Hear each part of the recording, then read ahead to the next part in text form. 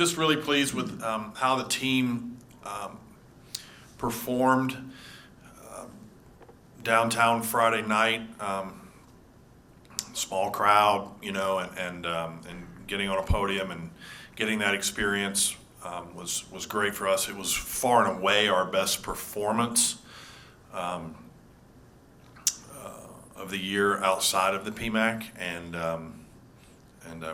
we caught fire and particularly on bars and beam and just never really let it go. And so they were relaxed, and we were able to pull Kalia out and get her some rest for that shoulder. We were able to pull Aaliyah out of floor and let her hit the reset button a little bit, and made some changes. Kylie Cohen went in for the first time on floor and knocked it out of the park, and you saw Leah Miller got in on 2 events for the first time ever competing for us, and just really stepped up. And she's been in, that's a role that you have to have on your team, and it's just great to know that when you have to make those changes and you put people out there that they're competitor. I was so proud of that kid because you never know sometimes when it's your first time ever competing on collegiately what it's going to look like, and she just did a great job.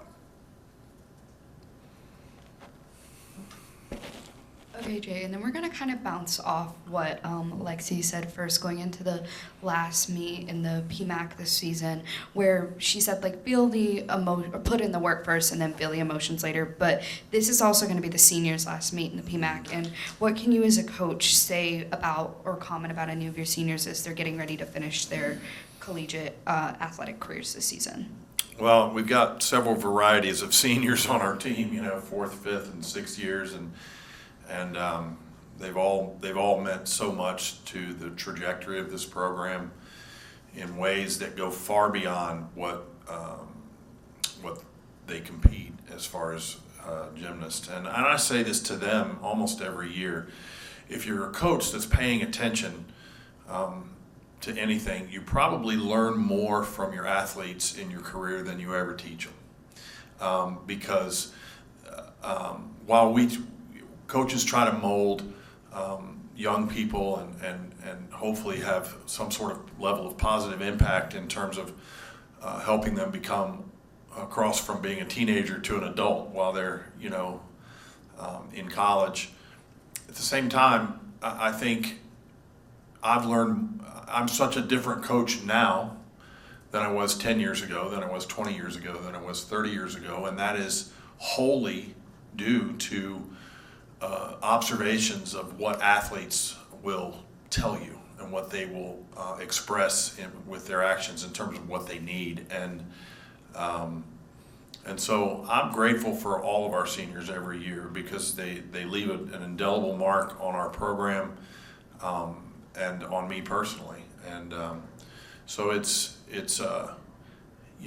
tough because you don't want it to be you don't want it to take over the narrative that it's the last this or the last that. I think seniors do that to themselves enough, and so then when this time of year comes around and that becomes everything that everybody wants to talk about, the reality is we got 6 more weeks of this, and there's nothing ending this week at all.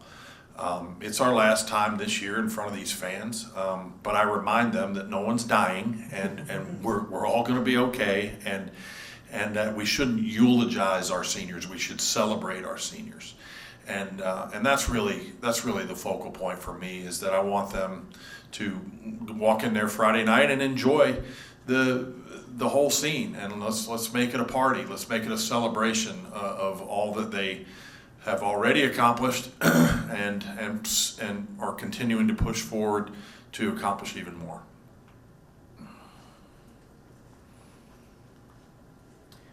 Haley had won 30 all-arounds before Friday, but was that important, or do you think that means anything more? I had no idea. I don't think she had any idea. We absolutely, the all-around has never one time been part of the conversation inside of our team. That's something other people talk about.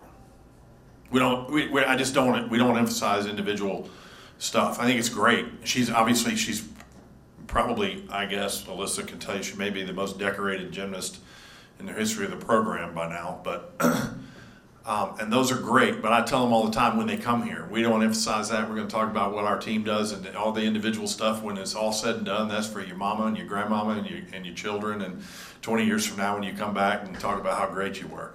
But for now, we just don't put a lot of emphasis on that. So is it good the perfect tens have gone away? No, no, because it's not. I mean, I think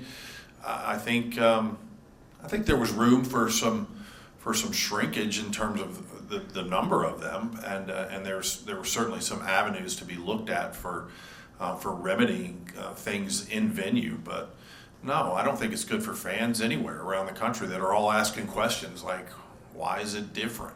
You know, does that invalidate everything we used to see? You know, and that's been my biggest concern all along, is understandability. We just need to be understandable to fans.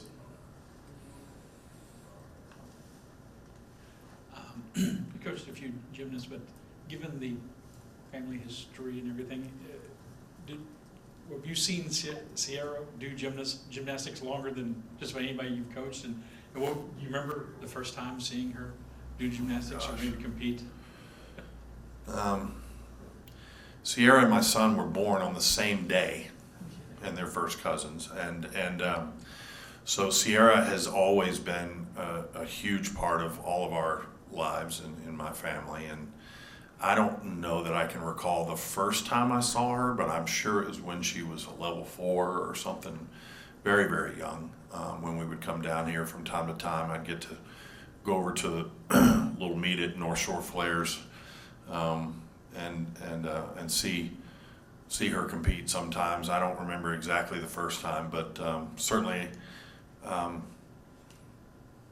it's been cool to watch her grow, not just as a gymnast, because I mean, you know, we see that everywhere, but to watch somebody that you love and care for the way that I do her, develop into the human being that she is, it's just kind of neat, because she's so passionate, she's so full of life, and she's so desirous of doing the right thing that you know, it's rare to be around people like that. We'll follow up. Like I said, people kind of focus on the Chio did great at the all around, what she's doing, and Haley Brown coming back to do the all around, but you have to have those great gymnasts. You got to have those role players too, those ballards and everything. What do gymnasts like her mean to your program? Not just this year, but in every year. I tell them this all the time. Every gymnast in our room, regardless of whether it's on a score sheet, and this is what people don't understand. There is no role more important than another. Not in my head. Not in the conversations that we have with them. Leah Miller's role is no less important than Haley Bryant's or anyone else's. And the same goes for Sierra. Sierra's played a tremendous role for us in many, many ways. Whether it be on balance beam starting us off, or first or second on floor and in and out, and but the leadership she's shown on this campus and the investment that she's made into LSU as a whole. I mean, all of them have various roles to play, and not all of them are the ones that you guys want to ask about, and I understand that. But at the same time, they are all just tremendously important. We are not whole. We go on the road and we have to leave kids at home. It drives me crazy because, you know, I can only get so many on the airplane, and because there's a void when we're not together. When we're not all in the same room, you can feel the lack of presence of this personality or this set of traits that helps lead us in the direction we want to go, or whatever the case may be. And so it drives me crazy when we're not, because the squad size our size, when you're in that 18 to 20 to 22 range, you know, everyone has an impact. We're not walking around with 100 people on a team. We're a pretty close-knit bunch, and they all are tremendously important to our success, regardless of whether they're on a score sheet or not. You mentioned you want 6 more weeks out of this, but where do you feel like this team is right now? I think obviously we're doing a lot really well. I think we're walking a little bit of a tightrope health-wise, and trying to make sure that we are very judicious with our bodies and not overtrain and take too many chances. I think we made some good decisions Friday night, getting Kalia out and getting Aaliyah a little bit of a mental break.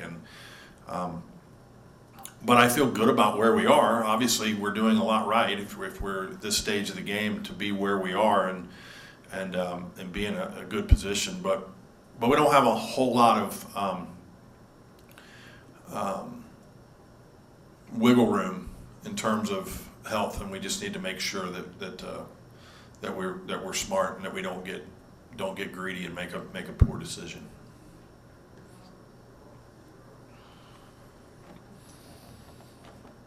Given those gymnast breaks, so late in the season, during the last stretch, like KJ, Kalia, Aaliyah, how big is that, heading into, SEC championships, NCAA tourney at the end of the regular season? Well, you don't know till you see, but I my gut tells me that it can't hurt, and I certainly think it was a positive thing for Kalia. Her shoulder was not in the best. She probably could have gone, but it really, if we were gonna pull her out, that was really the last chance that we had to do so. And I think for Aaliyah, just it's not just a mental break. Her ankles and her feet are tender from time to time, and we have to. I think it probably helped her too.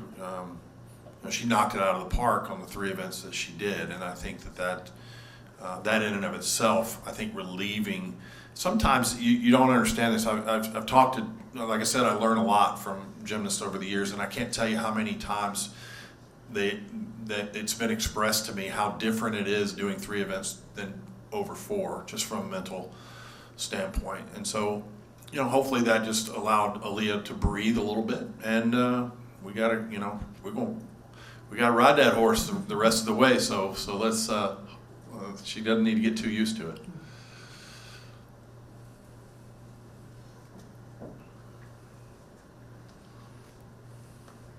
Somebody will be mad at me for calling her a horse, probably.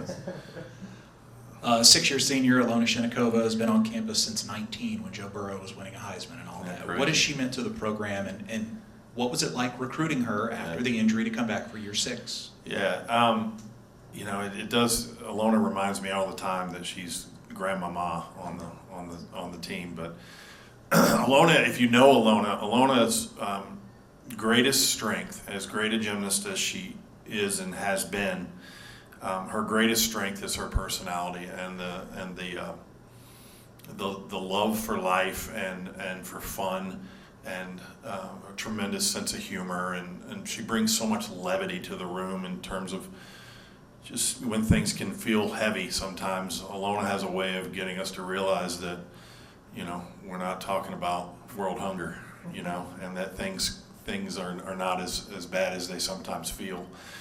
We're talking about gymnastics, and gymnastics is fun for her, and she will be missed tremendously. Trying to bring her back was a bit of a conversation. I think she was a little afraid that